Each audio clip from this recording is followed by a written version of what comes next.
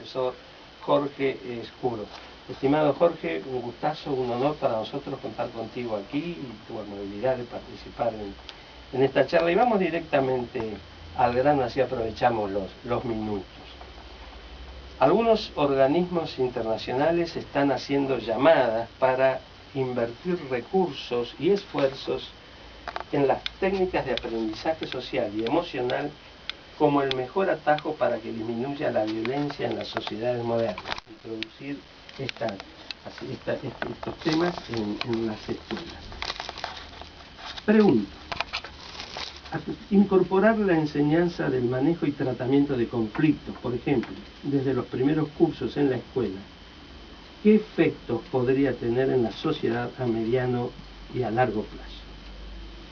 Bien, bueno, muchas gracias por la invitación y la posibilidad que se me da de conversar estos temas que creo que son importantes en el momento de la educación que estamos viviendo. Primero habría que definir o concretar un poquito las palabras. Cuando aquí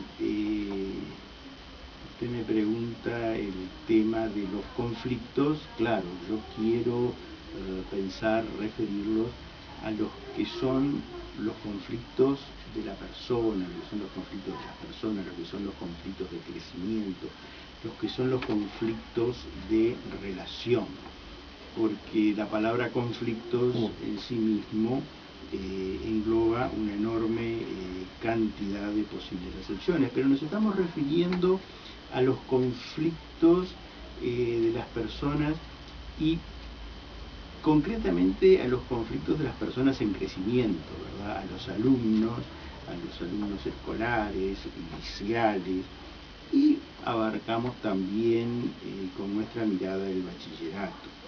Concretamente, tenemos que partir diciendo que conflictos tenemos todos. O sea, yo creo que, por decirlo muy groseramente, digamos, la humanidad, los seres pensantes, creemos que hay dos modos de encarar la vida. Uno, los que creen que los conflictos son un accidente perjudicial o son un obstáculo que surge, pero bueno, porque tengo desgracia, no tengo suerte, que los conflictos son un accidente en el sentido pleno de la palabra, pero que la vida es lineal, que nosotros podemos proponernos algo y llegar. Y otros que pensamos que la vida, así como la historia, se va desarrollando en una espiral, ¿verdad? En círculos que van creciendo, y los que nos hacen crecer, curiosamente, son los conflictos. Entonces, uno tendría que poder llegar a decir bienaventurados los conflictos, bienvenidos los conflictos. Claro, esto se dice, pero cuando uno se enfrenta a un conflicto, le duele, le molesta, en cierto modo lo perjudica porque puede retrasarlo, pero los conflictos siempre estarán con nosotros. Entonces, frente a que los conflictos siempre estarán con nosotros, también hay dos modos de encararlos: quienes los disimulan o los ocultan, y quienes dicen afloremos los conflictos, verbalicemos los conflictos. Yo creo que esta segunda opción es una opción mucho más serena, mucho más meditada, que tiene un profundo vínculo con la concepción científica del psiquismo humano y de la historia. Las otras concepciones lineales son un poco temerosas de la ciencia, temerosas de la historia, temerosas en definitiva de la vida. Es más saludable tanto personal como socialmente esta segunda opción. Totalmente. Claro. Lo cual no quiere decir generemos conflictos para crecer, sino que debemos permitirnos reconocer nuestros conflictos, hacerlos aflorar, y entonces encauzarnos y aprovechar de ellos sus enseñanzas. En la escuela debería fomentarse, yo no diría fomentarse, sí estar atentos, no impedir que el conflicto que tiene el alumno salga. Esto supone estar mucho más atento al aspecto de la persona en el niño que al aspecto de individuo, de número, de alumno. Estar atento a la persona. ¿Cuáles son los conflictos de los que hablamos en este caso en la educación? Bueno, todos los chicos tienen sus conflictos. ¿Cuáles son? El relacionamiento con los padres, el relacionamiento con los hermanos, el relacionamiento consigo mismo. Es decir, ¿por qué soy de esta clase social y no soy de la otra, en la que me imagino que se es mejor? ¿Verdad? Siempre hay una otra situación que nosotros pensamos que puede ser mejor que en la que estoy. El conflicto es aquí no aceptarse, no reconocerse como poseedor de gérmenes de felicidad, de gérmenes de realización, posibilidades de oportunidad en la vida, y entonces estar siempre como buscando, anhelando algo que está afuera. Esto el maestro debe poder recogerlo y encauzarlo. El maestro es un docente, no es un psicólogo, no es un asistente social, no es un médico, pero el docente sí tiene muchos instrumentos en sus manos, que es relacionarse con el alumno y permitir que el alumno se relacione con sus otros compañeros. Por ahí viene uno de los cauces más serios, más profundos de la elaboración de los conflictos. Si el chico tiene problemas con sus compañeros, no reprimirlos, de modo que el niño va a la casa, transmite algo y el padre o la madre vuelven al colegio ya creando una fantasía y queriendo abordar una situación que ya es irreal, porque a veces fue del día anterior o de la semana anterior. Ya nos perdemos en el tiempo y no conocemos exactamente el espacio en el cerebro. Tiempo y espacio son las características primordiales de la condición humana. Y aquí vamos a la segunda pregunta.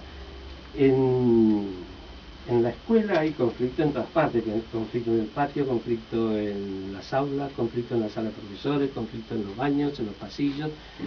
Y el proceso educativo consta de 4 elementos, o 4 agentes, básicamente: los alumnos, los docentes, los padres y la administración, que los 4 se miran entre sí de reojo y con medio sospechando mutuamente. Ahora, tú hablas de un quinto elemento que me pareció interesantísimo cuando me lo comentaste, que es el que tú llamas efecto establecimiento. ¿Podrías hablarnos? Sí. Respecto a cómo empezaba la introducción de la pregunta, en la escuela hay conflictos en todos lados, en el aula, en la clase, en el corredor, yendo a ver al director con el portero. Bueno, eso sucede en toda la vida. Claro, es decir, nosotros salimos a la calle y el auto que pasa con luz amarilla o luz roja y el vecino que tira la basura. Es decir, estas situaciones, digo, no son propias de la escuela, es de la vida, es de la vida. Ahora, en la escuela sí, se dan estos 4 pilares o elementos fundamentales: los alumnos, los docentes, los padres y la administración. Muy bien. Habría otros, ¿no? Pero yo traigo el tema del efecto establecimiento, porque tú puedes juntar alumnos, docentes, padres y administrativos y no se forma una escuela. Es decir, uno puede formar los elementos de un músculo y el músculo no funciona. No puede traer los elementos, las células que componen, y ese músculo no puede ser que no tenga tracción. ¿Qué elemento está faltando acá? El efecto establecimiento. ¿Qué es el efecto establecimiento? Aquella interacción que se produce entre los participantes de una escuela, entre los que concurren, entre los concurrentes al hecho educativo. ¿Es como un intangible, te refieres? Que los une a todos, que está ahí entre todos. Sí, es un intangible, yo diría curiosamente muy tangible. Es un intangible tangible. ¿Por qué? Porque si tú vas a una escuela y ya las paredes de la entrada están sucias, la puerta está rota, no hay quien te reciba. Entonces uno entra en el hall, mira, no sabe a dónde dirigirse y le pregunta a una persona, mire, quiero hablar con la maestra María, y entonces la persona te dice, no sé, mire, vaya al fondo.